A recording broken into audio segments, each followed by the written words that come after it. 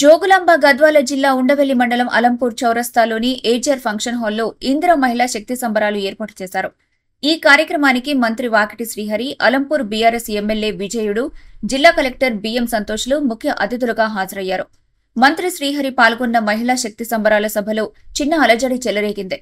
కాంగ్రెస్ ప్రభుత్వం ఇస్తున్న రేషన్ కార్డుల గురించి మార్కెట్ యార్డ్ చైర్మన్ దొండప్ప చెబుతూ 11 ఏళ్ల బీఆర్ఎస్ పాలనలో ఇవ్వని రేషన్ కార్డులు కాంగ్రెస్ ప్రభుత్వం ఇస్తుందని చెప్పడంతో సభలో ఉన్న బీఆర్ఎస్ ఎమ్మెల్యే విజయుడు అడ్డుకుంటూ కాంగ్రెస్ పార్టీ రేషన్ కార్డుల కోసం డబ్బులు వసూలు చేస్తున్నారని విమర్శించడంతో కొద్దిపాటి ఉద్రిక్త వాతావరణం చోటు చేసుకుంది. నిమిషం పాటు చిన్న అలజడిని మంత్రి సర్ది చెప్పడంతో సభ ప్రశాంతంగా కొనసాగింది.